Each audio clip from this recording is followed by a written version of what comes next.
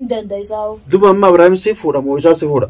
Anu maatu fuudha yoo inni takaraana hayya mutaatee inni fuudha inni didu jiraame. Inni seeruma atu gusa. Inni seeruma. La maala heeruma gaa walii gallaan barisa naabbii kadhaabatu guyyaa sadii keessatti. Lakki meera gabaa dhufa. Aadaan jiran baasun aadaa. Telefoona illee. Qunnamus isiin seerumattee jirti mire. Anis gaanuman heerumadda jeetin taa'u jira. Ni najjaata akkuma qiyyaanatti ittoo fi heerumni jechuusiti. Jechuudha akkasumaree dubbiin yoo. Akkasuma nama heerumtee jechuuti. Nama heeruma badan hindi sugaan waa takka abdiin muratillee garuu yoo kasii dhabuu taate anaaf gorsi. Si gorsi akkasi fuudhu. Kana fuudhu. Yoo san hin taane taate mana kiyyarra booda qarqara beena. Ani hin fuudhin hin jaanka. Infuri jettaan inuma. Asumira taate sinja. Ayyee. Yoo gartee Ibraahimin heerumaa jechuu kaasa ta'e usaata kaa'u hamana keessa usaata mana keessa jaami. Yoo feeta sitti fajjeesi. Ayin heerumin jaa dhugumaaniin hin heerumin jaarsi namaatiin waan jaa. Arrabooda mana kiyyu dhufina. Waanani fi jaalala rabbu waaqabaa si jaalachuu kiyyamee maal badii qaba. Assalaamu alaikum warahmatullahi wabarakatuh daawwattoota hordoftoota keenya. Arra biiftuu ta Ibraahim jaalatu takka biratti hin argama. Mee garuu gaa waan deemnuuf itti deebinaa. Salamta Aisin Gawatu. Assalamualaikum warahmatullahi wabarakatuh. Jira jirtu kabajamtoota fi hordoftoota keenya. Kana warraan tana gaabal'atu bisna bira dhufee jira waan naan juu deemu hin beeyne. Waan dhufeetiif hin beeyne garuu ati. Egaa wanni naan si jechuu dhufe har'a wanni si biratti argameef mee Ibraahim kuni hedduu takka rakkateera. Ibraahim kanarra dhaab takka jaarsa namaati ilmaan qaba. Jaarsa wardaati yoo beetullee beeku baatullee maaliif jaarsa namaa kanatti wanni seerarra maali? Jaalaltii isatti itti sakaafte oo maaliin sin jedhe? Ati amma tajaajilisaatiif naa dhufte oo? Ani wanni hin dhufeef yoo gartee nama ka heerumtu dhabde anaatu si ilaala. Ati maan alaalte sin maaliif jaalamtii tanaatti maa rakkattasi waan jaallatanaaf maa itti rakkattanis? Wanni sin juuf jaarsa namaa kana irraa dhaabbattee jaarsa biraa jechuun jaartii hin qabne. Kagartee lafa duwwaa takkaawwa dardara takkaawwa shabaaba anaatu si ilaala yoo heerumtu laallachuu beekullee baatte yoo jaarsa namaa qofaa jaaladha jettee gatoo rakkoodha anaa si ilaala kan lafa jiru maa irratti isa kana jaalattee rakkoo dandeesseedhaan. Laanaa ilaalisi hin jenne anarra booda waa'ee isaa maqaan itti deemni jaaladha arras taanas barus taanas hin dhiisu isaa nama biraati si ilaala yoo garuu ka isa naa gorsitee isa sin jaalachiisaa naan jettu taate qofa. Walqeeballa yoo san hin taane nama biraati si ilaalette argaa keessa hin danda'atis walloo fa'i dhuguu walitti himnaame. Lakkii biiftume waan takka tanii si gaafadhu. Isa kana maa irratti argatteeti? Isa kana wanni jaalachuu dandeessa maali? Laa duraan biyyatti yuutuuba irratti argeetiniin jaaladhee jechuudha afaan isaa kanaa fi jechuun isaa kanaa laalettuma jaaladhee achii ka'ee biyyarraa dhufee asitti kalaas xiqqoo tureetiin jira manas kireeffadhee akkasitti giseen jaartii qabajee hin yaadne jaartiin itti abbaas jaartiin qabajee. Ergeenni jaartiin kabajeega bakkumaan gamale karatti waan waan kana reeduba duraan hin jaaladhe jaartii waan qabu seene. Jecha kiyya osoo jaartii namni jaartii qabne ka jaartii qabu jira beenaa so'ate jechuun miidiyaatti oguun jaaladheettu miidiyaatti sagaleessa takka hoo waa inni haasa'u isaatiin jaaladhe jechuudha kan ittiin miidhamatu. Moo qaama isaataniif jechuun sagaleessa isaa waliin jaalatte. Walumaan jaaladhe jaartii isaa nagargaa jennaan jaartiillee yoo qabaate yoo haasaa taatee abbaafataa miiree miidiyaarratti hin agarra jaartii isaa takkuma yaani amma dhufnaani miidiyaarratti baafata jaartii isaa jechuudha. Duba egaa jechuun miidiyaarratti jechuun jaartii isaa gartana ati jalaafuu hin dandeenye. Hinaaf akkamitti nafaa ittiin fufaa qotumaaf itti fufa malee tuwwaan nama hambisaatu bidire atuu laalimee dubbiin rakka. Achi ture jechuun wal qunnamtanii takka wal dubbitanii telefoonaan takka wal jaalannaa walitti himtanii. Hin himne naa dawwalee duraan naa dawwalee miskool godhee hin kaasu deebi'ee naa dawwalee. Ncoo anjaartiin qabana jalaa dhaabbadhu. Osoo tun dhufin eegaa dhufte as jirtu. Erga nas dhufe.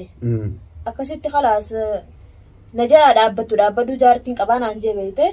Jaffeetu jaartii qabaadhu feetu ilmaa qabaadhu ansin dhiisu hin jeengaa maali jecha lafee dhufeen jeen. Jennaan akkasii naan rabsee minaa beekuuti deemi akka inni beekuun hin godhe jechuun taa'u jira. Inni jechuun duraan sibirra dhufee jechuun takka wal janaajaltanii moo ta'u wal dubbatanii? Laa wal janaajallee wal dubbifne. Asitti hoo mara kee sibirra dhufee inni? Dhufee jira guyyaa tokko. Oguu sirrii duuba akka maara wal mari'atan. Yaani giza dhufuus waa an toltumaa dhufe jeetumaan qeebalee inni garuu loliisa xiyyaaf na singorsu dhufe ati obboleetiyyaa nan jaalatini obboleessaniin qabaa san heerumtaa naan jee obboleessa kee hin jaalanne iyyaaluu nagarree maan irraa jaaladha asin jaaladhe obboleessa kee hin fedhusi malee jeetin didigaa inni garuu lolaan deeme mana xiyyaafis. kan na heerumne takka obboleessa kiyyaa si qopheesse yoo heerumu barbaachise heerumidha.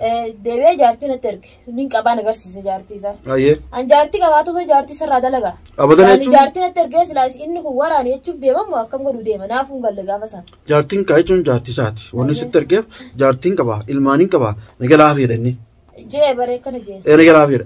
Ati amma isa kana jechuun hangam takka jaalatteeti jalaafuu wanni deddeem maaliidhaati. Angaa jalaan hafu jeetin abdii mureetin jira waan abdii muree takka hin jalaan hafu gaabadan osoo asittuu na cafaqee hin hafu jalaa. Amma mana isaatis tana dura namni nageessa jira akkasitti khalaas inni suuta na gorseetuma hottu mana isaa dhayneetu wajjin haasonnee qabaanee deebina naan jee beekte hoggan dhaqee jiru lolaan micoo kana maanatti fidda jee mana isatti natti kayyachuudha. Jaartin isaa akka tasaa hin jirtu guyyaa sanii akkasitti mana sanuu gadi hin ba'u jeetini dide. Afudeen taate namaa jechuun manuma taate. Hin ba'u gaasoo nu waraanee hin ba'u jeetin dide yaani micaasantu dafite numan deeme gaafasiif amma manni isaallee argeetin jira achitti na waraana malee hin deemu nichiigaa. Ati jechuun eega isaa gartee duraan miitimar gartee jaalatte ammas jechuun eega fuula isaa gartee yoo firaa jechuun jaalasan dhiiftee hoo. Amma daran taate uree duraan nu halaalatti argeemi erga ol biratti taate daran taate uree kamittiin dhiisa'u. Kana keessatti jechuun ati adeemsa takkaawwan namni argee bultii isaa tana facaasii namni sin jiru ilmaan isaa tana takkaawwan dhaabbisaa da facaasii wayisi kan nafa namni jeeni jira. Nama maallaqaan bitamu guje kan biraa namni akkas naan jennu. Namni kun as keessa jechuun waa hedduu jira. Amma biyyaaf hin deemu jira malee awwaa namni kanaan jes hin jiru tiyyumaaf hin deemu jira. La jaalala dhugaa hoos laa taate namni jechuun biyyaa'uu if darreen qabu telefoona dhawateetti wal dubbisee akkana kana sirraa qabameetiin jira takkaawwa maallaqa waan itti as bahu naa ergi sibiraan dhufuu fedha jee namni gara baatii 5 takkaawwa 6 gara mataallee namni kan wal jaalatu ni jira ammoo ati miidiyoo mugubbattiin arkee isa kana jaaladhee naa ta'ettee yaman akka jiru mirkaneeffattee oguu yaman dhufte garuu wanni kun rakkoodha. Rakkoo takka hin qabdu. Wama kanaa taa'aa malee rakkoo hin qabdu. Dubartiin jechuun dirqamaan yoo inni sin feene dirqamaan itti heerumtaare. Akka dirqamaan heerumu guyyaa lama sadii keessatti garta yaaballoo keenya. Inni garuu akkasii diddu taate ni garti guyyaa lama sadii keessatti akka mana kiyyatti inni dhufne numa laaltan isinis. La yoo inni yoo kam goota mana keessatti dhufameet jaalalanii teemu.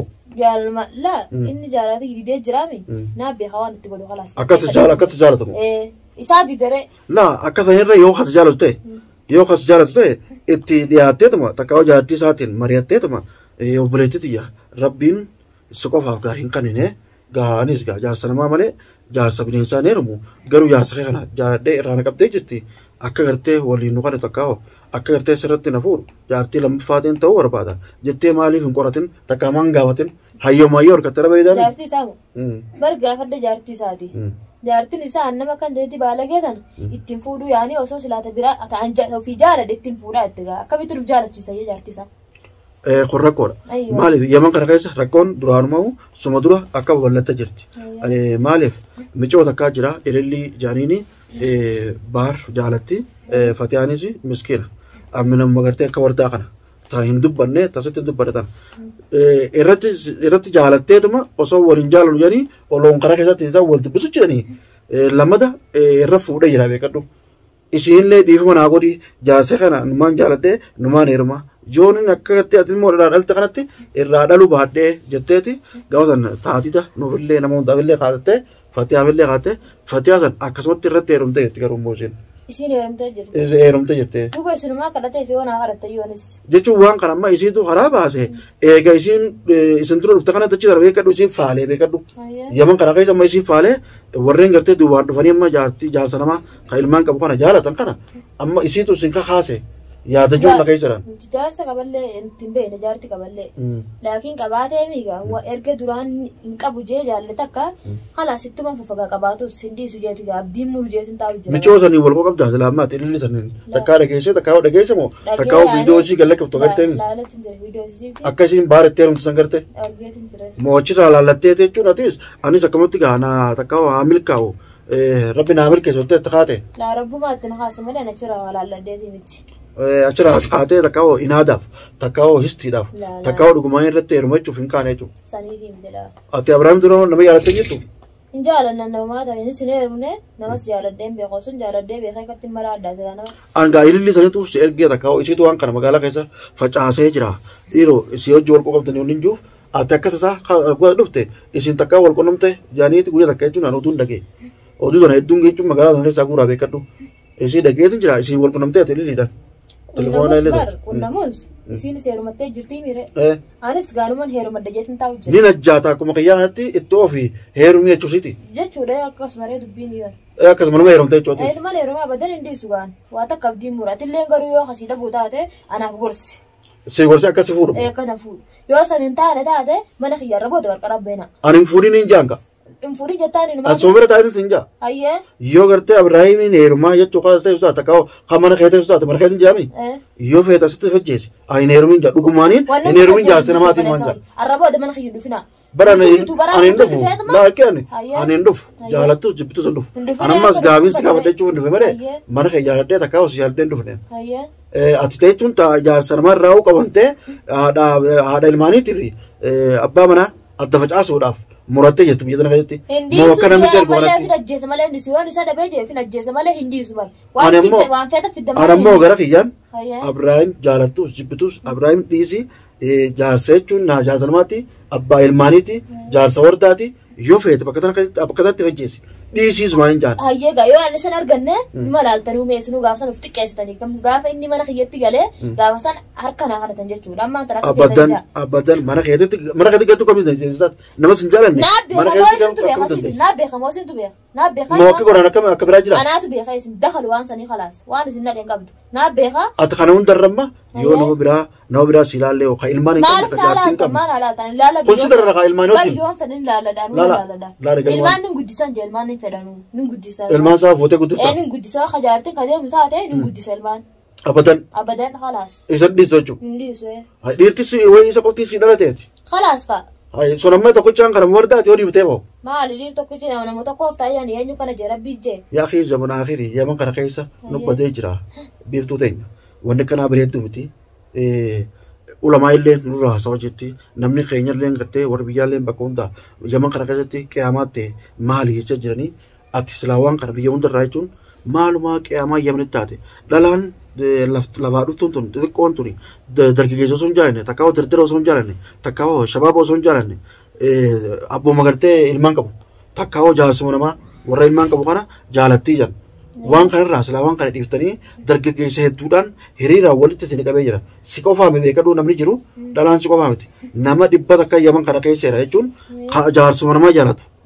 Kana jira. Kana hiriiraan anaatu qopheessee dhalaan akkanatti jechuun dachii guutte zamana akhiri konferensiinis asbaa jeeni konferensa kana hiriiraan isinii dhaabee keessa laalatan isin laalachuu miti isinii fuudhan akka gartee isin zamana akhira maayii fiddanii waan akkana kana akkana hiriira isinii dhaabeetiin akka gartee hinditti beektaa dhiirta nama fuudha dhala nama fuudha. Isin keessa laallattanii fuutanii naa isinii qopheessa jaarsa namaa kana dhiisaa beesin. Hin dhiifnayyee. Hin dhiisu tana qofan hin gorsinaan. Kara kanaan isin hin ta'u. Kara kam nuufuun ta'u waan tana qofan isin dubbatina.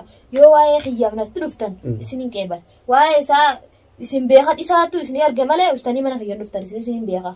Inni fedhullee nu ergullee nutullee hin jaalannee mana kee dhufnullee maaliif wanni kun isin taatu isaafis hin taatu firraa dhiisi jechuus bira dhufne malee waan biraatti miti namni kun nama jidduu dhaabbachuun hin jiru ogguu wallibe. La in fedhu waan akkanaa nama jidduu dhaabbachuu. Gurbaan kun hedduu rakkate. Rakkatu naa beeka. Inshallah keessaan baasa xiqqaatiiti. Laakiin nu jidduun dhaabbatee na keessa jidduu. Amma ogguu jaartinsa. Warra nu jidduu deemu kanaatu waan biraa fidu deemu. Ogguu jaartinsa mana keessaa cinqitu. Ogguu jaartinsa mana keessaa cinqitu. Haadhuuf ogguu jaartinsa. Haadhuuf jaarna bira gize jaartin cinqitees haadhuuf. Hoggaati cinqitu ogguu jaartinsa cinqitu. Rakkoo jira. Anumatti hootu khalaas jaalmooni hannan. Ati hojii jiraannaa dhaaba. Hojii jiraannan jee malee waan cinqun qabu hin qabu baran. Duuba meechuun. Yoo jaartin cinqu taate haadhuuf na bira. Atamma isuma jecha manaas qopheeffattee ta'uu jirta. Mana jechuun akka aadaa teenyaatti jechuun dhiirumaatu manaas qopheeffatee mana takkaa kireeffatee waan mana keessatti meeshaalee godhatee dhalaa takka tajaajilate itti fuudha akka nuti beeknutti. Duuba amma asii dhuftee hogguu manaas tolfattee farashattee jechuun siree hunda godhattee Abiraahimin itti fuudhaa. Diinni jaartii biraa qabaa miti. Sanitti waa bitamu amma naaf bita jechuudha. Laakiin anis dalagadee nama qabaame yoo bitadhee inni nuti dhufe jechuumaa fi malee taani haa danda'u inni taan haa danda'u. Anis amnatiyyaan dalagadee ni danda'isaa. Duuba amma Abiraahim si fuudha moo isaa si fuudha? Anumaatu fuudha yoo inni kana hayyamu taatee ni fuudha inni jiraa miira. Inni si heeruma atu guusa. Inni si heeruma. Laa maala heeruma gaa walii gallaan bar isaa naaf beekaa dhaabbatu guyyaa sadii keessatti. Lakkii meera gaba dhufa. Aadaan jiran baasun haadha.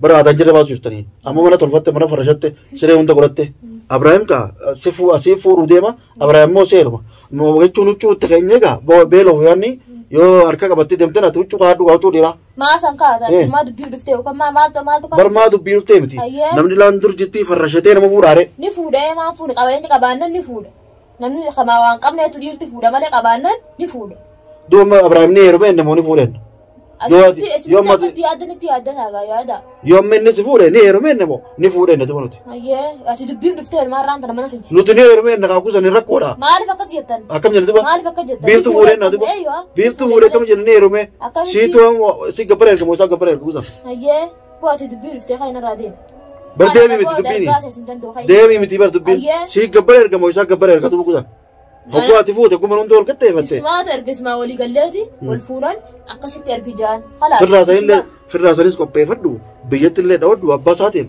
باقي خنان جالده نافورو دي ما جين ما عليك جان يوكس ترويها تيا في سنة بخار اسمع في ولي قلان أتينا ما يسأل ناقور سومدي على تسرقة نما بدأ أنا سيقول سندمون إنك كسر هافي المسات في جارتي لا توجلات أكسر هاف أتمو أكا كومبليسة چون تكاو در براس إلالي سيهرم سيسو سنا سفور وچو من دهاكدو أكا تفوتو مت أكا نسفور دبر اللي بتر بيتر كي سنيفين ده ماله أكا ما تادان جر دفتة بافته أكا سنيف إني سإنسان بارين نمني برا أكا سفور نما براتي درجة جيسة كسفورون فرا درجة جيسة بارين نفور دبل سفيج أبراهيم سفورون توها فوري كبا مي أكا ميتين تاني فوري كبا ilman kaba fuudhee qabanne tamani beeta Abrahaam ni difta moo ni diftooti hindiisuun jeegar hindiisu Abrahaam kana jala hafi Abrahaam jechuun jaartii isaa warta qaba jala hafi hinafu kabiraatiin silaala sana akkasi fuudhu fuudha Abrahaam sineerumu ni sakaatumma Abrahaam fuudha fuudha gaa kam irraa laaltayyee ayyee fuudha kam ta'uu taatameeti lafatti sin fuudhu arrallee borullee sin fuudhu